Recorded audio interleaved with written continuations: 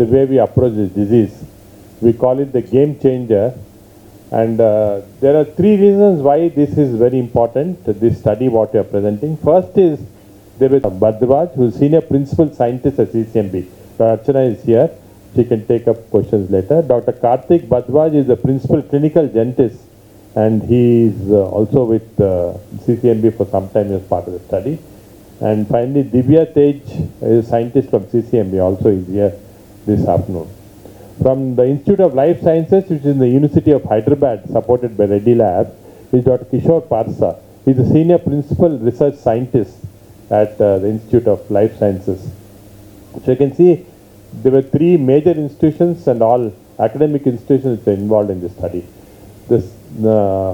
Each of us had different responsibilities. The AAG was involved in conceptualizing and designing, and of course the samples were from patients who attended our fever clinic. We assessed the samples of viral load before and after therapy, calculated all the parameters, inflammatory parameters. The CCMB was involved in sequencing the genome of virus strain. This is very important because at this time when we started the study, we did not know what was the actual type of virus which was responsible for the second wave. Delta virus we were thinking, but we still hadn't sequenced it. So we wanted to know what is the virus.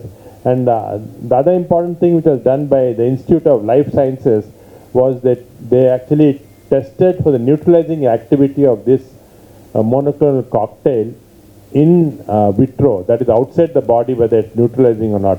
This study also was not available anywhere in the world, whether this virus can be deactivated outside the body by this cocktail. So you can see all the three important functions that were done by the three institutes. The second important aspect of this study is it's published in the Journal of Internal Medicine, which is one of the most important internal medicine journals now in Europe.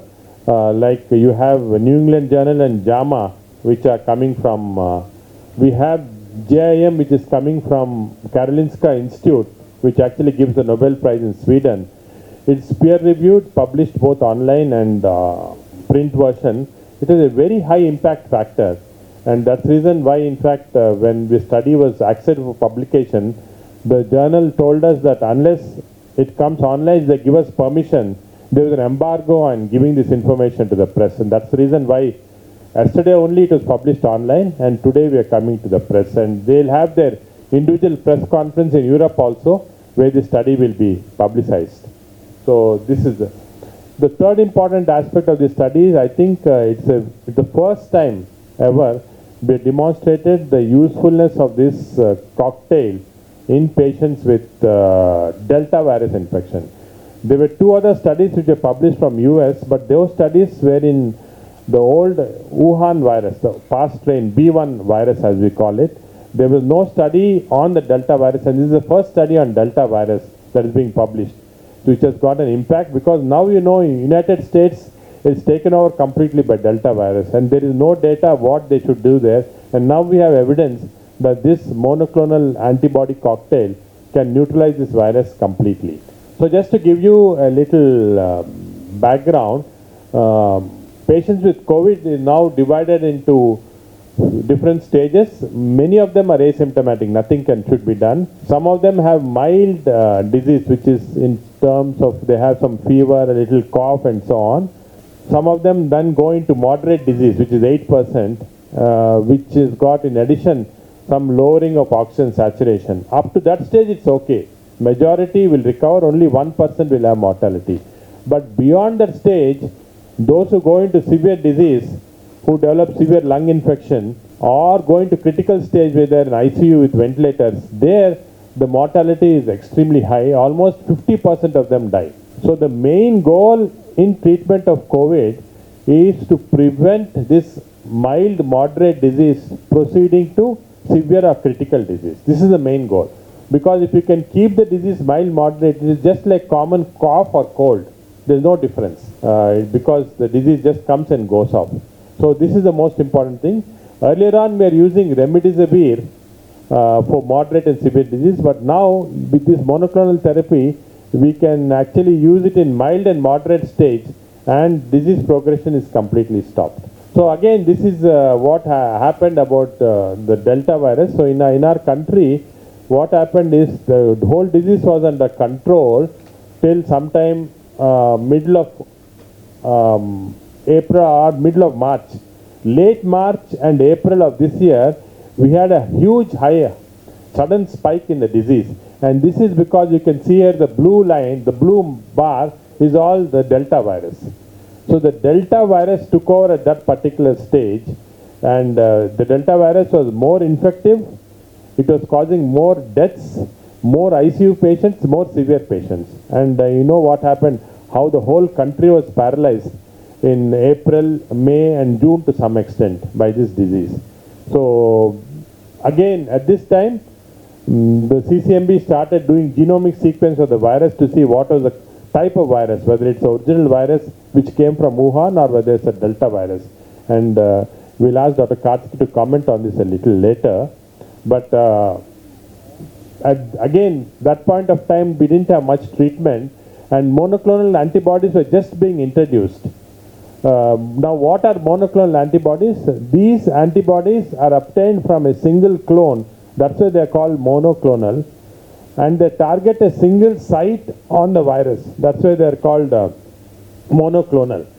And these are actually from human cells that have been developed. You can develop them from animals and so on, but this particular monoclonal antibody, which was developed by Roche company, was developed from human cells. So this is the background, and just to show you a video of how this acts, you can see the virus is coming through the nose into our lungs, and in the lung it goes and gets attached to this ACE2 receptor and enters into the cell of the human host, and in the cell it takes over the nucleus of the cell and starts manufacturing itself again. So it uses our body to become a manufacturing unit, and several viruses are produced. This monoclonal antibody is specifically targeted against this receptor binding domain of the virus, so that when it's binding to that, this virus which is bound with the monoclonal antibody can no longer enter into the body. As it tries to enter into the body, it's prevented by this. See how it bounces off, so it can't enter. That's how this monoclonal antibody works. So that means before it enters into the body, we should give it very early on. But so why cocktail? A lot of people ask why cocktail. The cocktail means that two monoclonal antibodies that are together are used, not single. The reason is that if you use single, there is a fear that the virus can mutate. It's a very intelligent virus. It can mutate and overcome this. But when you use two, that is, your two soldiers are attacking from different sides, then it cannot mutate. So that's why the cocktail is being used in this case. And this was the first study which was published in the New England Journal very early on in January. This was a study which actually was using the same cocktail that we used, called the Regen-CoV-2 antibody cocktail, which contains two components. I'll show you these two components. This was the first study after which the FDA gave approval in USA. The difference between our study and this study is, in this study, they gave it to a group of mild patients, and the second group was given placebo, not any drug. But we felt that at this point of time, you cannot give placebo, it's not ethical. So in our patients, we gave it to one group of patients, and second group was given the standard care of treatment, which is remdesivir. So that's the difference. That's the reason why our study is very valuable, because we have shown that unlike this study, which is shown superiority of this cocktail versus a placebo, our study has shown superiority of the cocktail versus the standard care of treatment, which is remdesivir. So this is an important point to remember. And the important thing is that this cocktail should not be given to all the patients. That is very, very important. Not everybody requires, only this group of patients. That is those above 65 years, those with BMI more than 35, diabetes, those with chronic kidney disease, those who are immunosuppressed, that is, for some reason they're taking some immunosuppression. Even if you are 55 years old, if you have coronary artery disease, hypertension, lung problem, then this can be given. Or even children who are very obese, BMI more than 35, this cocktail has to be given. These are the indications. Not everybody. Now, why this indication? Because this is a group of people who will develop severe disease. All the people don't develop. But if you fall into any of this category, above 65 years, high BMI, type 2 diabetes, if you catch this virus, the chance of going to severe disease is very high. That's why to prevent the severe disease, we give this cocktail. Others can be treated normally also. So this cocktail contains two injections. One is called casirivimab, as you can see on the top, 600 milligrams, and the other is imdevimab. These are the two monoclonal antibodies, 600 milligrams each. They come in two separate vials. We mix both together, put it in 100 ml of saline and then give it. That's how it's given. So it is given mainly as outpatient. Patient need not get admitted. But in some patients who have more severe comorbidities, severe diabetes and all, we admit them and give also. So we believe this is a game changer in the treatment of the patients, as you can see from the results that I'm going to show you. Because with this monoclonal antibodies, the first study which was done in US showed that almost in 70% of the people, they did not need to hospitalize the patient. So it prevented serious disease. It was very safe, no side effects were there. But at this point of time, when this was introduced into India in May, we were peaking with this second wave. And secondly, we did not know how effective this drug was going to be an Indian mutant, that is Delta virus. So that's the reason why this study was taken up, as you can see here. And as I said, this study yesterday only was published in the Journal of Internal Medicine. The AAG took this initiative along with CCMB and the Institute of Life Sciences. One, to know what was the genome sequence of the virus at that point of time in the second wave, and second, how effective this drug could be. And that's how.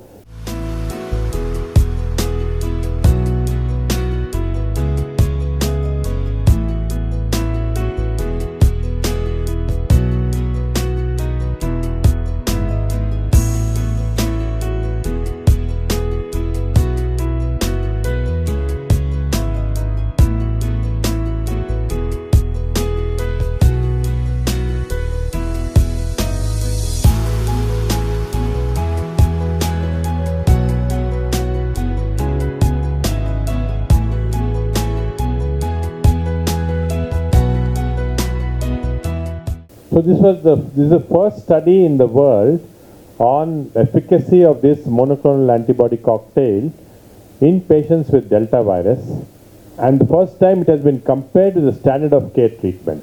So these are two important aspects, and you can see that now Delta virus has taken over completely all over the world. In fact, United States also 90% of the cases are because of Delta virus, and unfortunately this is more infectious, it is causing more serious cases and more serious death. So we require immediate treatment for this. And this is to show you what happened actually in Indian context. You can see somewhere from middle of March slowly started, April and then very suddenly it peaked. Before even the government, even the medical fraternity could actually ensure what happened, we saw the sudden peak and so much death. That's because it is 5 to 8 times more contagious than the standard type of virus, and that's why it took over completely. And of course, somewhere in early May, we got permission in India for using this. In fact, at that time also we had a press conference where we treated 40 patients, and I told my friends in the press that we will soon do this big study to show the real efficacy, because 40 cases are not enough, and that's how we wanted to know the efficacy against the Delta virus. So we designed this study to see how it was going to be effective. And just I'll briefly tell you about the study before we go to the other things. So what we did was we took 285 high-risk patients from our fever clinic. And very important, all of them were taken within 7 days of symptom onset. This is important. These monoclonal antibodies have to be given within 3 days preferably, but also within 7 days of the onset of the disease.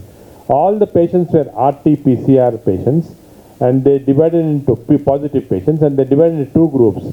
One group of 208 patients got monoclonal antibody. The second group were given the standard care of treatment with remdesivir. So these are the two groups. And after that, after giving the treatment, we looked for the changes in the clinical symptoms, viral load, virus variant, repeated the RT-PCR to show the virus is there or not, and of course did all the inflammatory markers. In addition to all this, we also did what was very important was looked at the lab effect of monoclonal antibodies against the Delta virus. So you see, this is how all this was done. So it's a very, very thorough study which was designed in such a way that we can get an answer from this particular study. One of the most important things we did in this study is that we did, along with CCMB, genomic sequencing to look at what, at that point of time, nobody in India knew what was the virus causing the second wave. CCMB is one of the best genomic sequencing centers in the world, and they took it up, and all the patients who had done in this study were genomically sequenced to see what is the virus. A basic science lab which has a very high facilities, and we are fortunate in Hyderabad to have institutions like this, CCMB and Life Sciences, because these things cannot be done elsewhere. They are very, very difficult things to do. This also collaborates what we did clinically, the efficacy. And you can see from the results, what we found is that if you looked at the virus concentration in people who had this cocktail compared to standard treatment, the virus concentration is decreased markedly, which is reflected in increased CT value that you can see here, decreased markedly in monoclonal antibody patients compared to the patients who took standard of care. So when you give monoclonal, the antibody completely comes down, and sometimes by 3-4 days it becomes negative. So what is the impact of this study? I think it's very important to remember that if you remember what happened at the second wave, I think we lost a lot of lives, numerous families got devastated. Unfortunately, at that point of time, we didn't have this therapy. We didn't have the knowledge of this therapy. The cost of hospitalization is very high. As you can see, I must have heard so many reports. So people ask us about the cost of this monoclonal therapy. It's costly, but if you actually look at the cost of monoclonal therapy, it is only now about 65,000 rupees, single shot, that's all. Whereas hospitalization for several days going into severity may be more costly. Hopefully some of the Indian manufacturers will take it up and the cost will come down much more. So this will benefit more patients. So I think other problem is we have large number of diabetics, hypertensives and so on. As Dr. Jagdish will agree with me, the clinician, internal medicine person, he sees these cases. We have the highest number of diabetes in the world, 77 million. So I think all these people are prone to develop serious disease. And fortunately for us, monoclonal antibodies are available to prevent this disease. And this is very important now for us that we should be very careful in treating these patients who are especially hypertensives, diabetics, heart patients. They are the ones who can go into severe disease and they can be treated. But a small, I think we have to give a small warning to all the practitioners also that this therapy should not be given to everybody. I think this when to give monoclonal has been told clearly by Dr. Jagdish, between 3 to 7 days after RT-PCR becomes positive. What about patients who are already seriously ill in the hospital? Can we give it to them? We are now doing a study. There is some studies saying that if the patient is seriously ill, that is beyond the 7 days, he is in ICU on a ventilator. In these patients, if the body does not have antibody against the virus, then we give large dose of this monoclonal antibodies. We are giving a very high dose of at least 2.4 grams now. And we are studying this to see whether efficacy is there in that group also. The most interesting thing is, can it be used as prophylaxis? That is, you don't have the disease, but you are not taken the vaccine, but your family member is having the disease. In the family, one person is having, there are 5-6 family members. Vaccine effect takes at least 1 month. So immediately can you get a protection? Yes. Recently, just about 4 weeks back, a paper was published in New England Journal where this was a study from US where they given this monoclonal antibodies subcutaneous to family members of infected people. And it is shown very clearly that if you can take it as a prophylaxis to prevent this virus from attacking other family members. So suddenly, you're not taking the vaccine, suddenly you have to go to a place which is full of infection. You can take a subcutaneous dose of this monoclonal antibodies. You will be protected for at least 3 months. Of course, nowadays we want everybody to take the vaccine, so that is a better method rather than. But for some urgency, if you want to be urgently protected within the next 2 or 3 weeks, this subcutaneous injection is extremely useful. So just to summarize, I think this was a collaborative study from these three major institutions, which has shown for the first time that monoclonal antibodies are very effective against Delta virus. It has to be given within 7 days. None of the patients became serious or developed there were no deaths in the patients who took this treatment. Although this is a very effective treatment, the cost factor has to be considered. It's costing about 65,000 rupees for a single injection, only single injection, no hospitalization is required. It is very important that only patients at high risk who develop this should be given the injection, who are likely to become serious. 95% of the patients who are not likely to be serious, who are not in the high risk group, don't require this injection. Very important. Everybody should not be given just because what we are worried is after this paper is published, all the doctors will see and say, okay, we'll give it off to everybody. This should not be done. Only for those people who are in the high risk group, this monoclonal antibodies can be given. But I think the future is very, very bright in terms of this being given as a subcutaneous injection and so on. Lot of new studies, and recently a study has come in England where a single monoclonal antibody, not the cocktail, single also is used quite effectively, and then it becomes very cheap. So probably this therapy will evolve more and more as we go on. And again, on behalf of the AJ, I'd like to thank our partners CCMB and Life Science Institute for this very high level of scientific work which was done to showcase what can be done in our country also in terms of doing clinical studies to show the efficacy. Now regarding the difference between vaccine, vaccine produces antibodies, but vaccine produces a lot of antibodies, different types of antibodies, not just one monoclonal type. Second, vaccine, when it starts producing antibody, it takes minimum 4 weeks, usually 45 days, that is 15 days after the second dose. Whereas here you are giving a direct injection of monoclonal antibodies which are very highly specific against the receptor binding domain of the virus. So it's instantaneous effect. It's like giving an instantaneous vaccine. That's the thing. It's very, very specific, doesn't produce other type of antibodies. The second thing is that rejection does not occur because these are humanized. These monoclonal antibodies can be humanized antibodies or can be produced from the animal source like rabbits and so on. Those are the ones which produce reactions. Humanized ones don't produce. So these monoclonal antibodies do not have any rejection or reaction. None of the patients develop any anaphylactic reactions, and although this is an antibody, so this is the thing.